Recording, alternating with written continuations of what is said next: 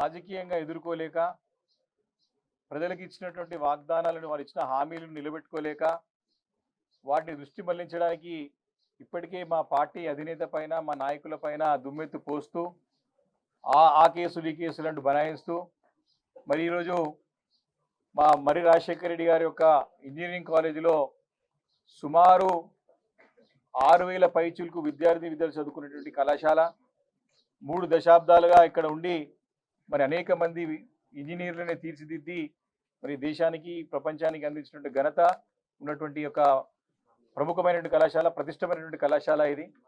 Engineering కాలేజీలో మరి ఇలాంటి ఒక నోటీస్ ఇచ్చి, నా తూతు మంత్రంగా నోటీస్ ఇచ్చి దానికి సమాధానం చెప్పినా దానికి సాటిస్ఫై కాకుండా మరి ఈరోజు వర్కింగ్ డే, ఈరోజు ఎగ్జామ్స్ నడిచే సమయంలో మరి పెద్ద ఎత్తున మరి పొద్దున వచ్చేసి మీరు బండ్లు తీసుకొచ్చి మేము బిల్డింగ్ కూలగొడతామని వచ్చినప్పుడు ఇక్కడ విద్యార్థులందరూ కూడా తిరగబడ్డప్పుడు వారే వచ్చి స్వయంగా అందరూ కూడా సముదాయించి కూర్చోబెట్టి మాట్లాడి మనం అట్లా చేయొద్దు, ఆటంకాలకి మనం అడ్డుపడొద్దని చెప్పి వారిని సంజాయించిన తర్వాత మళ్ళీ మేమందరం వచ్చి మరి ఇక్కడ బాధ్యత గల అధికారి ఎవరున్నారంటే వారితో మాట్లాడితే వారందరూ కూడా ఏందా ఇంత అన్యాయం, ఇంత దౌర్జన్యం ఏంది అని మాట్లాడినప్పుడు మాకంతా కూడా సీఎంఓ నుంచి ఇన్స్ట్రక్షన్స్ వస్తున్నాయి సార్ అని చెప్తా ఉన్నారు.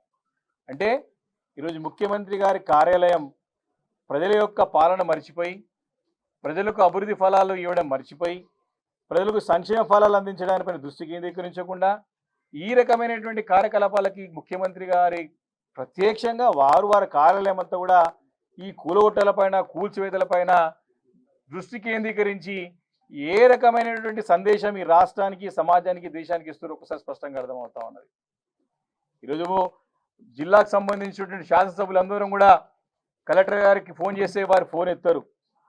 కలెక్టర్ గారి కార్యాలయంలో కూర్చొని గంటలు కూర్చుంటే స్పందించరు.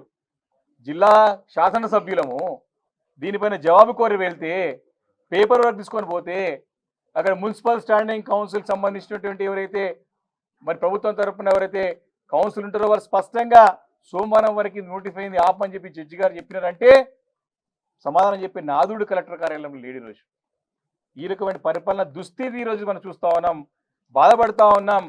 ఈరోజు ఈ రకమైనటువంటి చర్యలు మరి ఇవి సర్వ సమాజానికి మంచి సంకేతం పంపించేవి కావు. ఇది ప్రజాస్వామ్యంలో అనుసరించే విధానం కాదు. కలెక్టర్ గారికి ఫోన్ చేస్తే మా మెసేజ్ పెడితే మా శాసనసభ్యులకు రెస్పాండ్ కాడు, కానీ పోలీస్ అధికారులకు ఆదేశాలు ఇస్తారంట. ముఖ్యమంత్రి కార్యాలయం నుంచి ఎవరైనా ఎమ్మెల్యేలు అడ్డొస్తే కేసులు బుక్ చేయండి ఫస్ట్ వాళ్ళ మీద అని చెప్తారంట.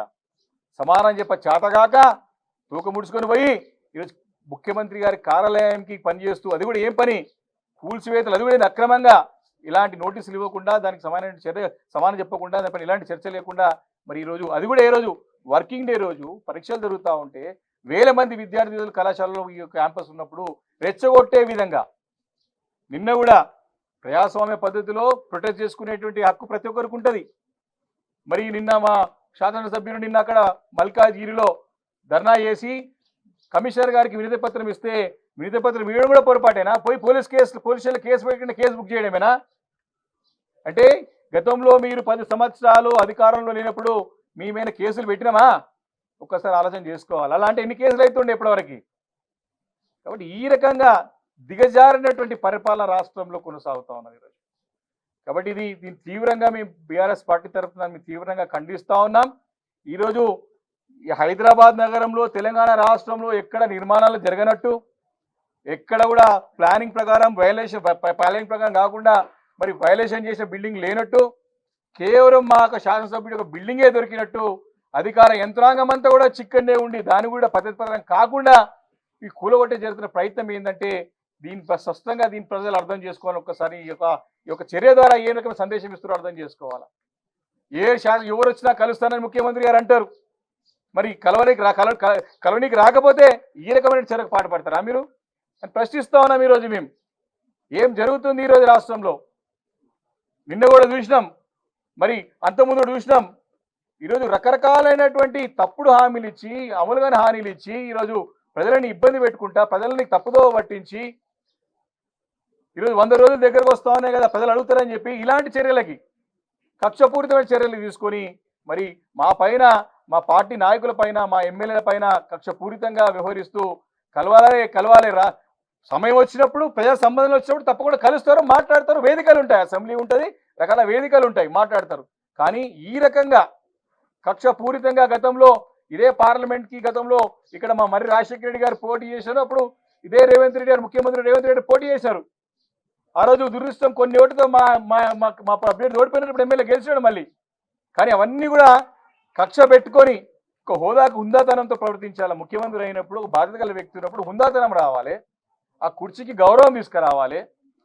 తెలంగాణ రాష్ట్రం అంతా కూడా నా ప్రజలను భావించాలా. తప్పులుంటే చట్ట ప్రకారం తీసుకోండి, అందరినీ తీసుకోండి. ఈరోజు కాంగ్రెస్ పార్టీకి చెందినటువంటి మంత్రులది ఎమ్మెల్యేలది ఎక్కడ అక్రమ నిర్మాణాలు జరుగుతలేవా, జరిగినవి ఉన్నాయి లేవా? అవన్నీ తప్పకుండా రేపు మా తెలంగాణ రాష్ట్ర మా పార్టీ తెలంగాణ రాష్ట్రం సంబంధించిన మా బీఆర్ఎస్ పార్టీ మా సభ్యులందరం కూడా ఖచ్చితంగా రేపు వెళ్తాం. అధికారుల దృష్టి రేపు సిఎస్ గారికి టాప్ అపాయింట్మెంట్ తీసుకుంటాం, అధికారులతో మాట్లాడతాం. ఎక్కడెక్కడైతే కాంగ్రెస్ పార్టీ చెందినటువంటి ప్రజాప్రతినిధులైనటువంటి బిల్డింగ్లు ఉన్నాయో దానికని పర్మిషన్స్ ఉన్నాయా, లేకపోతే చర్యలు తీసుకుంటారా, లేకపోతే డెమోలిషన్ చేస్తారా అని ఈరోజు మేము ప్రశ్నిస్తా ఉన్నాం. దానికి సమానం చెప్పాల్సిన అవసరం ముఖ్యమంత్రి గారి పైన మనవి చేస్తా ఉన్నాను. కాబట్టి ఇది ప్రజాస్వామ్యంలో మంచి పద్ధతి కాదు. కక్షపూరితమైన వాతావరణం సృష్టించొద్దు, ఆందోళనలు సృష్టించొద్దు, అనవసరంగా రెచ్చగొట్టే ప్రయత్నాలు చేయొద్దు. మీరు ప్రజలకు ఇచ్చిన హామీలు నిలబెట్టుకోండి. ఫస్ట్ ప్రజలకి అభివృద్ధి ఫలాలు అందించండి. తాగునీరు లేక సాగునీరు లేక ప్రజలు ఇబ్బంది పడుతూ ఉన్నారు, కరెంటు కట్టింగ్లతో ఇబ్బంది పడుతూ ఉన్నారు. దానిపైన దృష్టి పెట్టండి. ఈ రకమైనటువంటి పరిపాలన డైరెక్ట్ ముఖ్యమంత్రి కార్యాలయం నుంచే కింది స్థాయి అధికారులకి ఆదేశాలు ఇస్తా ఉన్నారంటే ఎంత కక్ష కట్టినారో, ఎంత కోపంతున్నారో, ఎంత మరి ఆక్రోశంతోన్నారో మరి అర్థమవుతా ఉన్నది. కాబట్టి దీన్ని మేము తీవ్రంగా ఖండిస్తా ఉన్నాం. ఇంతమంది శాసనసభ్యులు వెళ్ళి కలెక్టర్ కార్యాలయంలో కూర్చుంటే కలెక్టర్ రాక నేను ఎక్కడో మరి ముఖ్యమంత్రి గారి దగ్గర చెప్పి చెప్పుకోవడం, మా కింద అధికారులు చెప్పడం, మాకు రెస్పాన్స్ కాకపోవడం, రిప్లై ఇవ్వకపోవడం, ఫోన్ మాట్లాడకపోవడం, ఇక్కడ ఉన్న అధికారులకేమో ముఖ్యమంత్రి గారి కార్యాలయం నుంచి డైరెక్ట్ వారికి సంకేతాలు ఇవ్వడం, ఎమ్మెల్యేలు వచ్చిరంటే కేసులు బుక్ చేయమని చెప్పడం, ఇది మంచి పద్ధతి కాదు. ఇది ఎప్పటికి కూడా అధికారం అనేది ఎవరికి శాశ్వతం కాదు. ఓడోలు రేవులైతే రేవులు చాలా మార్పు చేర్పులు అవుతాయి. కాబట్టి అధికారం ఉన్నవాదని విర్రవీగితే తప్పకుండా రాబోయే రోజుల్లో ప్రజాక్షేత్రంలో గుణపడడం తప్పదు ఎవరికైనా, ఎంతటి వారికైనా అని మేము తీవ్రంగా వారిని హెచ్చరిస్తూ మా మర్రి రాజశేఖర రెడ్డి గారి యొక్క కళాశాలలో సుమారు 3 దశాబ్దాలుగా మరి మంచి క్రెడిబిలిటీ సంపాదించుకున్నటువంటి ఇన్స్టిట్యూషన్ ఇది. ఎంతో మంది మంచి ఉన్నత పదవిలో మరి స్థిరపడినటువంటి విద్యార్థి తయారయ్యారు, స్థిరపడరు, జాతీయంగా అంతర్జాతీయంగా స్థిరపడినటువంటి విద్యార్థి ఇక్కడ తయారై బయటికి పోయినారు. అలాంటి భవనంలోకి ఈరోజు వచ్చేసి ఈ సముదాయంలోకి వచ్చి ఇన్ని వేల మంది విద్యార్థుల్లో అడదలెట్ సృష్టించి ఈ పిల్లల్లో మరి వారు రెచ్చగొట్టే విధంగా ప్రయత్నం చేసి ఏం ప్రయత్నం చేస్తారో, ఏం సాధించదలుచుకున్నారో మేము ప్రశ్నిస్తా ఉన్నాం. ఈరోజు మేము వచ్చి బాధ్యతగా ఉన్నాం కాబట్టే ఈరోజు సరే మేము చూసినాం, ప్రజాస్వామ్య పద్ధతిలో మాట్లాడడానికి వెళ్ళాం, సమాధానం లేదు, మాకు రిప్లై లేదు. ఇక్కడ అధికారులు అడిగితే మాకు డైరెక్ట్ సీఎం కార్యాలయం నుంచి సందేశాలు వస్తున్నాయి, మాట్లాడుతున్నాయని చెప్తా ఉన్నారు. దౌర్భాగ్య పరిస్థితి ఈరోజు ఏర్పడ్డది. కాబట్టి సమానం చెప్పలేక మరి ఇక్కడ రెచ్చగొట్టి ఇక్కడ అలజడి సృష్టించి మరి ఇన్స్టిట్యూషన్ని కూడా డిఫేమ్ చేసి వారిని డిఫేమ్ చేసి కేసులు బనాయించి ఏం సాధిద్దాం అనుకుంటున్నారని చెప్పి ప్రశ్నిస్తూ ఉన్నాం. మేము సమన్వయంతో ఓపికతోని మేము ఉన్నాం. కాబట్టి ఈరోజు సరే మీరు మీ పద్ధతి ప్రకారం లేకున్నా మీ కోర్టు పోయినా కోర్టులో మరి సోమవారం కేసున్నా ఆగకుండా మరి మేఘాల పైన మీరు చేస్తూ ఉన్నారు. తప్పకుండా దీని అందరూ ప్రజలు గమనిస్తున్నారు. దీనిపైన తప్పకుండా మీకు గుణపాఠం తప్పదు. అధికారం అనేది ఎవరికి శాశ్వతం కాదనే మాట మాత్రం తప్పకుండా గుర్తు పెట్టుకోవాలి. తప్పకుండా భవిష్యత్తులో మీరు ఏం చేస్తున్నారో, ఏ రకమైన చర్యలు చేపడుతున్నారో దానికి తప్పకుండా భవిష్యత్తులో కూడా మీకు సమాధానం లభిస్తుందని చెప్పేసి కూడా సందర్భంగా మనం చేస్తా ఉన్నాను. Thank you.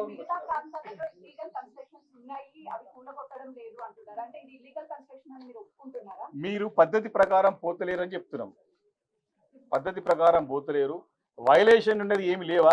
రెగ్యులరేషన్ నువ్వే నిన్న స్కీమ్ తీసుకొస్తేవి, లేవో రెగ్యులేషన్ స్కీమ్ గతంలో ఫ్రీ చేస్తా అంటివి, ఈ రోజు మళ్ళీ వచ్చి పైసలు పెడతా అంటివి. నిన్ను ప్రశ్నిస్తున్నాం, నువ్వు అనే మాటకి ఎందుకు నిలబెడతలేవంటున్నాం. ప్రజాపాలన అంటివి, ప్రజలందరూ కలవచ్చు అంటివి, ఏడి పోయింది నీ కలెక్టర్ ఎక్కడ పోయిండు? ఇదే ప్రశ్న అడుగుతుంది. కలెక్టర్ ఎక్కడ పోయిండు అడుగుతున్నాం ఎమ్మెల్యేలుగా. ఎస్ ఇంతవరకు వచ్చింది, ఏమైంది, నోటీస్ ఏమి ఇచ్చి అడుగుతున్నాం మేము ఈరోజు. కలెక్టర్ తప్పించుకోపోవద్దు కదా, ముఖ్యమంత్రి కార్యాలయం సమానం చెప్పొద్దు కదా, ఇక్కడ ఇన్స్ట్రక్షన్స్ ఇవ్వదు కదా. ఎస్ ఏం తప్పు ఉందో సరిదిద్దుకుంటా ఉంటే నువ్వు రెగ్యులైజ్ చేస్తలేవా, గవర్నమెంట్ నువ్వు స్కీమ్ కావాలని కొట్లాడతలేవా? కాబట్టి కాబట్టి కాబట్టి మేము ప్రొసీజర్ని తప్పు పడుతా ఉన్నాం. మళ్ళీ చెప్తున్నాం,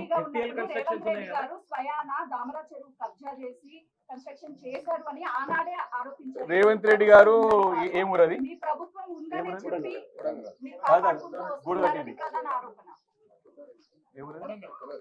ఏదో ఒకటి బిల్డింగ్ కట్టిరండి ఇంతకుముందే ముఖ్యమంత్రి గారు, ఇంతమంది మాకు వాట్సాప్ లో పంపించారు, అవి కూడా పంపిస్తాం అన్ని.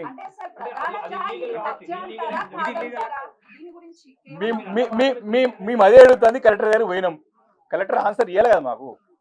మేము బాధ్యత గల శాసనసభ్యులుగా, ఎమ్మెల్యేలుగా, సీనియర్ శాసనసభ్యులుగా అదే కలెక్టర్ అడుగుతాను పోయినాం, దానికి సమానం రావాలి కదా మాకు, అది రాలే అంటున్నాం.